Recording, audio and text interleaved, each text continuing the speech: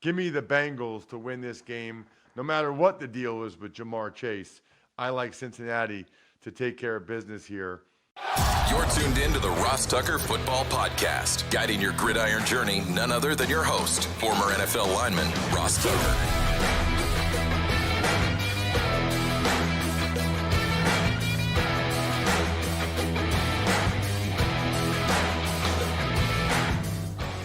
Oh, yeah, it is.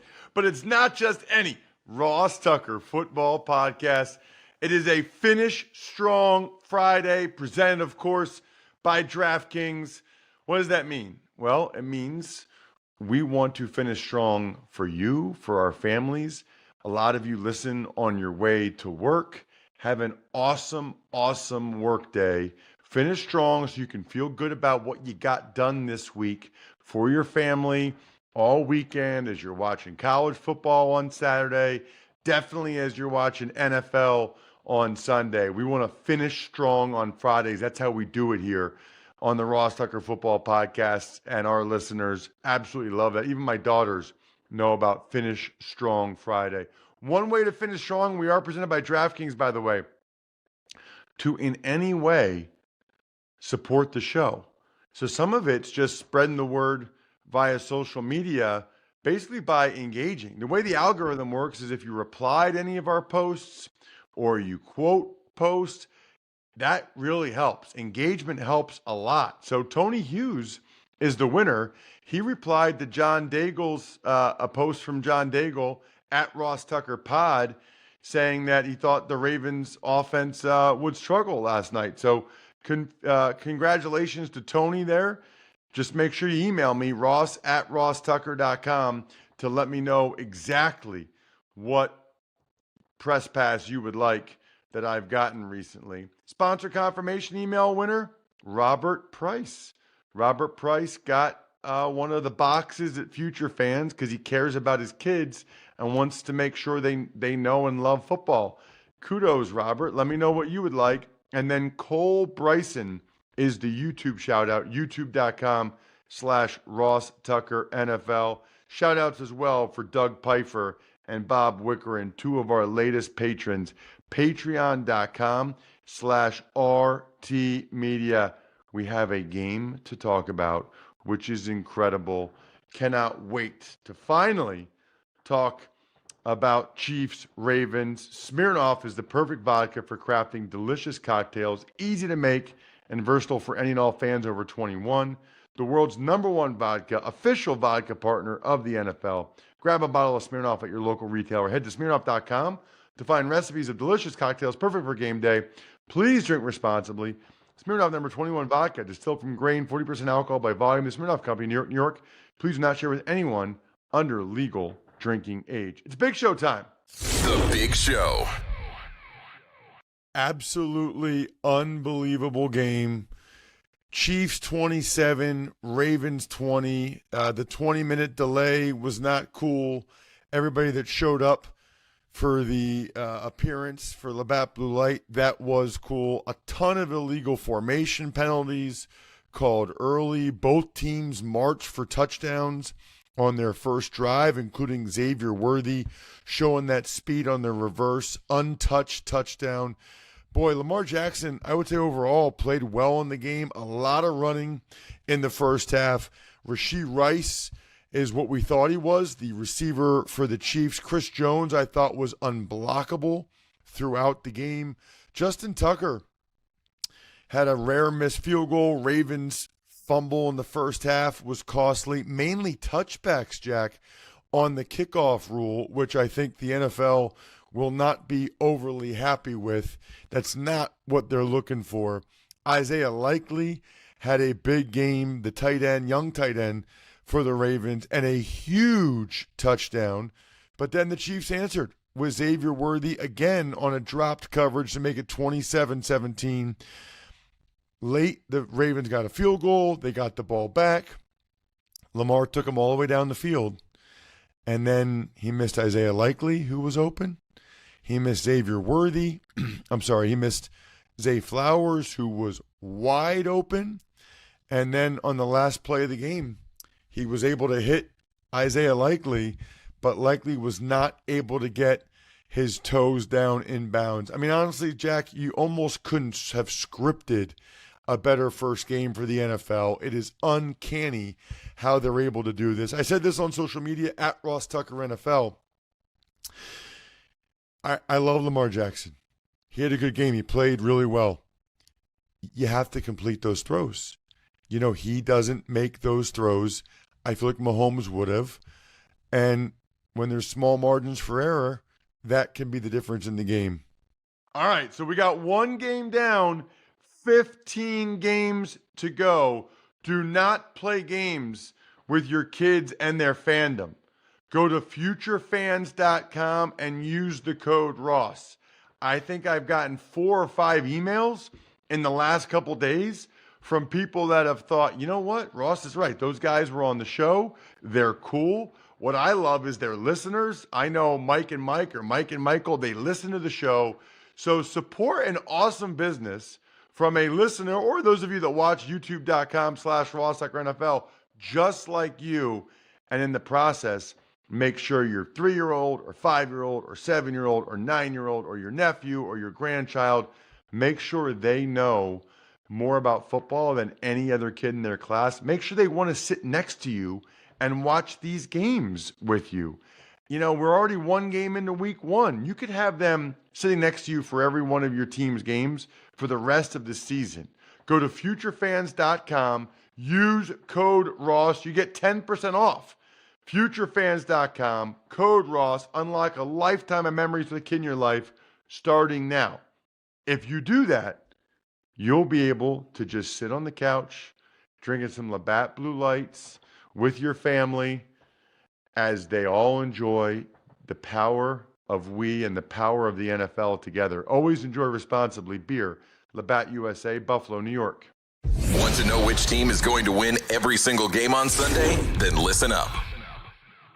All right, Ross, we're going to kick things off. We got the Green Bay Packers at the Philadelphia Eagles later today in Brazil. Right, and this, I could go either way on this one. It's going to be an epic game. I mean, it wouldn't shock me if these two teams are in the NFC Championship game. I really think they're both that good, that talented. Now, there's some other teams that will have something to say about that. Certainly the Niners, the Detroit Lions. But it's kind of cool, by the way, all 4 of those teams that are the top 4 NFC teams in my Tuesday power rankings, they're all playing in prime time. I'm going to go with the Eagles. I think that they have significant upgrades at both coordinator spots from the way they finished last year. I also think they present a little bit of an unknown for Green Bay. Now, you can say that that's a positive as well for Green Bay's defensive coordinator, Jeff Hafley. But I don't know. He's not experienced. Never been a coordinator, to my knowledge, in the NFL before. So I think there's probably pros and cons of that. So I'm going to give the Eagles the edge in terms of the coordinators. And then I'll also give the Eagles a little bit of an edge. I just thought, and I said this in my Ross report on social media at Ross Tucker NFL, I just thought Hurts looked really good in training camp. Not just throwing the ball, he looked fast. And I think that in a big game like this, conference game against a team that might be in the mix for conference seeding, I think that Jordan Love is terrific, but I think Jalen Hurts' legs, ultimately the difference. 24-23 Eagles. Got the Pittsburgh Steelers. They are at the Atlanta Falcons.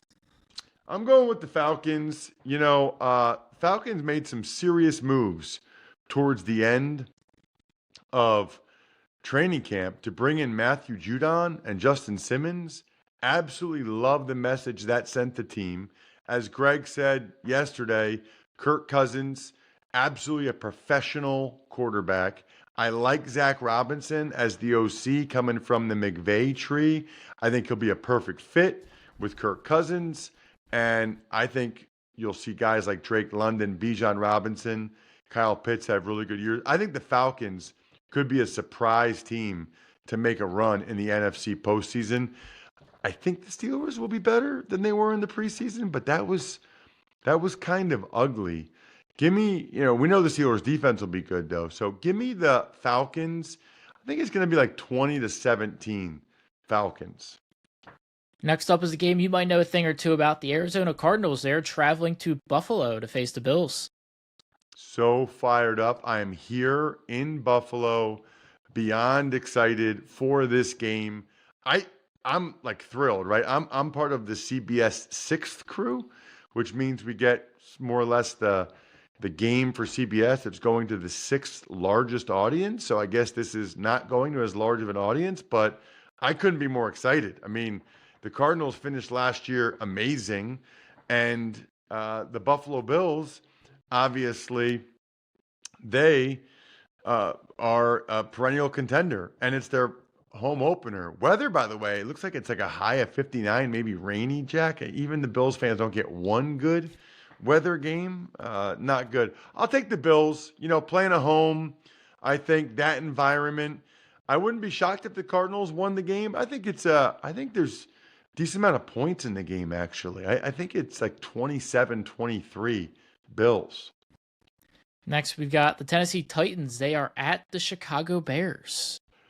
The Bears. This is an intriguing matchup for me. Again, this is one where I'll lean to the home team, but I think the Titans, Levis feels pretty confident about, the improvement that he's made. And I'm happy for him. I think that's great that he feels that way. They certainly have given him some weapons with Tony Pollard and Calvin Ridley. Bears defense was just so good at the end of last year. And I do think with their added weapons and with Caleb Williams, I think this will be a fun game. I'm going with a close one. 23-20. Nah, you know what? 24-23 Bears. I think Caleb Williams pulls it out late. Next, we've got the Corey Dillon Bowl. The Patriots, they are at the Bengals. Wow, what do you know about Corey Dillon? When were you even born? 2000. That was like middle of his career. What's that? That's like middle of his career. Right. But then, he was done playing before you never watched a Corey Dillon game in your life. I definitely did. Well, yeah, because he played in the Super Bowl. I watched the Eagles-Patriots Super Bowl. So I did. I have watched very vaguely, yes, because I was like 5. That is unbelievable, dude. That was my 4th year in the NFL, and you were 5 and barely remember the Eagles-Patriots Super Bowl in 2005. That is insane, dude. Insane. At any rate, I think pretty much every week, you guys know, I'll have a lock of the week. It's presented by Larceny Weeded Bourbon. Lock in a win and seize tonight. Bardstown, Kentucky, 46% alcohol by volume. Think wisely, drink wisely. Joe Burrow finally was able to get a full training camp. I think the Bengals, thank you. That'll be good for social media. I think the Bengals are poised to probably be the favorite in my mind in the AFC North. Patriots told you what they thought about their team when they traded Matthew Judon. I give them a chance because of Jacoby Brissett, but that's about all. Just a chance. Give me the Bengals to win this game. No matter what the deal is with Jamar Chase, I like Cincinnati to take care of business here. I think that the Patriots defense is okay. So I'll go 24-13 Cincinnati. Next is an AFC South battle. The Houston Texans, they're traveling to Indianapolis to play the Colts. Big game, right? I mean, for those two teams in that division, that's a really important game. I think that's how the season ended, right? Week 18 last year, the winner was going to win the division. It was like a Saturday night game, maybe Texans Colts, if I can recall. So obviously, not really sure what to expect with Anthony Richardson and the Colts. He didn't necessarily look great in the preseason. I'm kind of tempted to take the Colts. I really am, Jack. If I was going to pick an upset, I would pick the Colts in this one. As a reminder, though, because I feel like the Texans might be coming in, feeling themselves a little bit, feeling a little high on how things are going for them. I'm not going to do it, though. I'll ultimately go ahead and I'll take the Texans because, as I always say, when I make these picks on Fridays, I'm telling you guys what I would bet on, what I would put money on. So I'm always going to tell you what I think. I think it's another Pretty competitive, higher scoring game. Let's go 27-24. CJ Stroud and the Texans get it done. Next, we've got the battle for Florida. The Jacksonville Jaguars, they're at the Miami Dolphins. Miami Dolphins feel a little beat up in this one. You know, the D-line issues are concerning with some of the guys they lost, and obviously, you know, some of the guys they haven't gotten back yet. They have a new D coordinator. They're all raving right now about Anthony Weaver. He better be the real deal. They need him to be the real deal because otherwise they're in a bad spot defensively. This is another one where I'd be very tempted to take the Jaguars. I just can't do it based on how they finished last year. So I'll take the Dolphins, but that's another team, the Dolphins, absolutely should be on upset alert. And for those of you that listen to the Even Money podcast, now that the Jags are getting 3.5, I definitely would take the Jags there. Give me the Dolphins, though. A lot of points. Fun game. 31-30 Dolphins. Next, the Carolina Panthers are facing the New Orleans Saints. Two teams I don't have very high expectations for this year, if I'm being honest. Like, not at all. I'll take the Saints just because I kind of will believe it when I see it with Bryce Young and Carolina. But I'm gonna take the Saints to win the game. Very, very competitive game. The thing to watch for New Orleans is their offensive line. That revamped offensive line that obviously has some question marks, to be kind, without Ramczyk. And Carolina's got some guys on defensive line like Derek Brown, but this game ultimately comes down to Bryce Young. Is he improved in year 2 with Dave Canales now at the helm or not? I'll take the Saints until proven otherwise with Carolina, but close game, lower scoring game actually.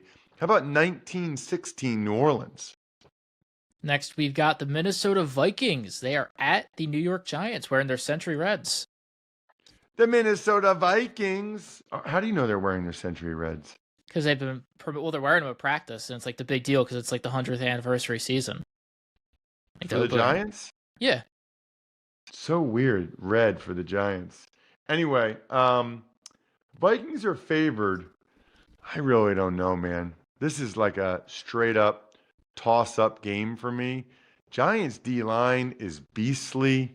The game is in New York. They're wearing their Century Reds. I mean, there's a lot of things going on here that I could think about. You know what? I'm doing it. I'm taking the Giants. I'm taking the Giants and Daniel Jones at home. I think Daniel Jones' legs are a factor.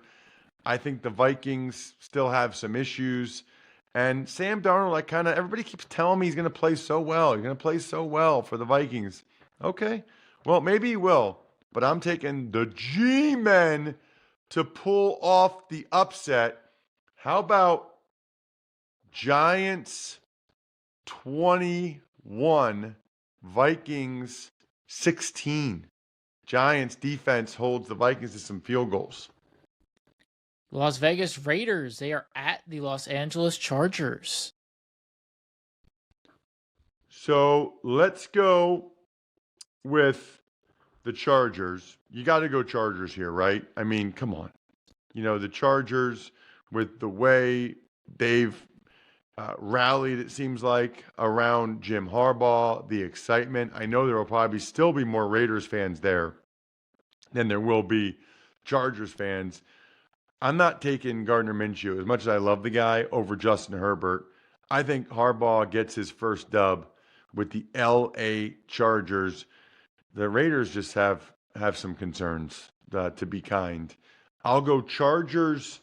I do think the D-line for the Raiders is pretty good. That's an awesome matchup. So I'll go Chargers, and I don't think there's going to be a ton of points. I think the Chargers run the ball, and I think it's let's go 17-16 Chargers. Low-scoring game. The Denver Broncos, they are at the Seattle Seahawks. What are you thinking there? I am thinking that I like the Seahawks. You know, I do think Bo Nix did some impressive things in the preseason. This isn't the preseason anymore. And the D coordinator for the Seahawks, really their head coach, Mike McDonald, he was awesome last year. I thought he was the best D coordinator in the league. He is going to have some good things cooked up for Bo Nix. And I think Bo Nix is going to be forced into a couple mistakes. I think the Seahawks get the win. Not a lot of points in this one either, I don't think. I think it's 20-17. That's like my favorite score to pick. 20-17 Seahawks. We've got our first Tucker Bowl of the season. Dallas Cowboys, they're at the Cleveland Browns. Nice. With another Tucker teammate, Tom Brady, calling the game. Give me the Browns. I don't know what to expect from the offensive line rookies for the Cowboys. I really don't know what to expect from Deshaun Watson, but they say he's healthy. They say he's looked good. I just think that's a tough environment for Dallas. In Cleveland, dog pound, going crazy, that defense. I don't think there's a ton of points in this one either because of the defenses. I'm going to go 19-17. Browns, close one, but ultimately the defense saves the day. Next up, the Washington Commanders. They are traveling to face the Tampa Bay Buccaneers. Another game where I could very easily pick the upset. You know, if you've been paying attention at all to me with power rankings or my article on the 33rd team, I'm high on the Commanders this year because of Jaden Daniels and because of Dan Quinn. And because I'm high on the Commanders, wouldn't surprise me at all if they won this game. I won't pick that to happen. I'll show some faith in Baker Mayfield, but I'm concerned about the Bucs and Baker Mayfield without Dave Canales. He did wonders for Geno Smith and Baker Mayfield. Is there a drop-off there without him? Fun game. Decent amount of points in this one, actually. 28-24 Bucs. We've got a playoff rematch. The Los Angeles Rams, they're traveling to face the Detroit Lions. Yep, and I will go with the Lions to win the game. Close game, awesome game. I have a lot of respect for McVay, Stafford, for that coaching staff. I think it'll be very similar, actually, to the wild card game. Ultimately, I'll take the Lions to pull it off. You know, the home field advantage in Detroit on a Sunday night is going to be significant. 23-20. Actually, you know what? I think there's actually a little more points than that. 27-24. The Lions get the win, but it could go either way. Should be an awesome Sunday night game. And we'll wrap things up with the return. Aaron Rodgers and the Jets, they're traveling to play the San Francisco 49ers.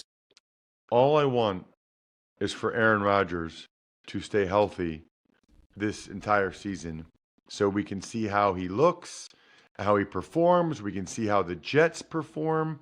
That's all I want is for that guy to stay healthy. Let's hope that starts Monday night. I have no idea. I think I probably said this on the show before, Jack. I really don't know what to expect with Aaron Rodgers. I really, that age, coming off a torn Achilles, let's hope he plays well. Let's hope it's an epic game. But I'm not picking the Jets to win in San Francisco. Now that they got Ayuk and Trent Williams back, give me the Niners, one of the best teams in football, certainly one of the most talented teams. I think they take care of business. Close game, though. I do think it's a close game. I'll go Niners 23. Jets have a pretty good defense.